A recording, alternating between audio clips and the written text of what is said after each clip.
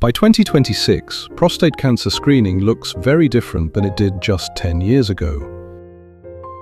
The old approach was simple but blunt. One blood test, and if something looked off, you often went straight to a biopsy.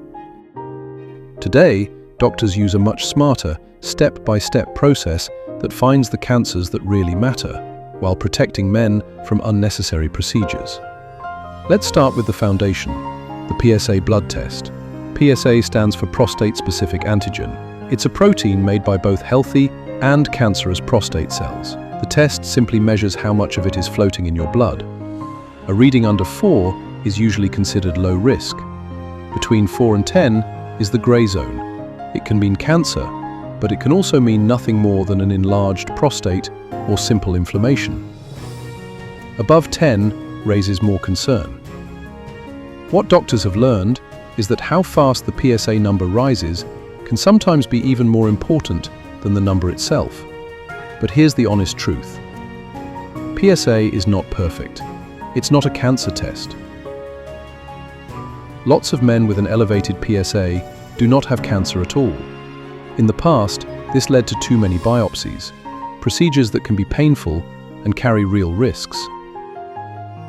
That's why everything has changed.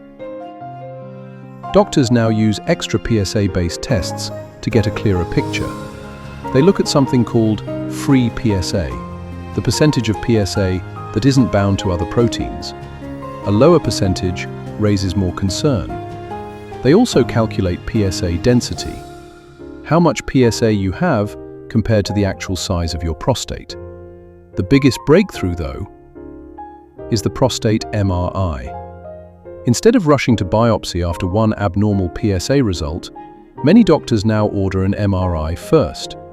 If the MRI looks completely clear, a lot of men can safely keep monitoring with regular PSA tests and skip the biopsy altogether. If the MRI does show suspicious areas, doctors can do a much more precise, targeted biopsy that only samples the concerning spots. And the newest tool that's getting a lot of attention is a simple urine test. One of the latest versions can detect high-grade cancers with very high accuracy and help doctors avoid up to 37% of unnecessary biopsies. All of this means screening today is no longer an all-or-nothing decision. It's become a careful, personalized process designed to catch the cancers that actually need treatment, while leaving slow-growing ones alone. The bottom line? Modern screening is smarter, more accurate, and kinder to men than it used to be. In the next video, we move from screening to diagnosis. What happens when something does show up? How doctors determine how aggressive the cancer is, and how they decide what the best next step really is. Sources for this video are all directly from Harvard Health Publishing.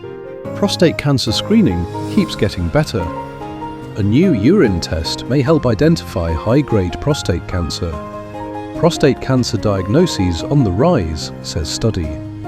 If this video helped clear up some confusion about screening, hit like and share it with the men in your life. What surprised you most about how screening has changed? Tell me in the comments. Stay informed.